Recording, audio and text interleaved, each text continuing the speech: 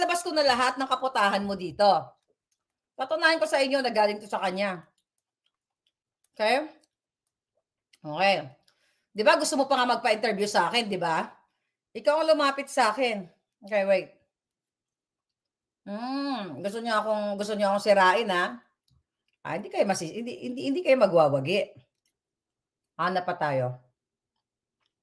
Message.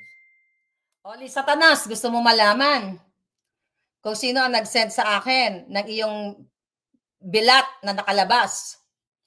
Si Daryl Yap. Lisa, ikaw yan, galing kay Daryl yan. Yung bilat ni Lisa. Siya puting ahas.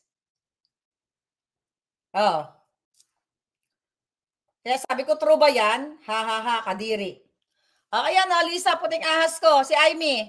Tsaka si Daryl, yung pek-pek mo daw yan. Sige nga.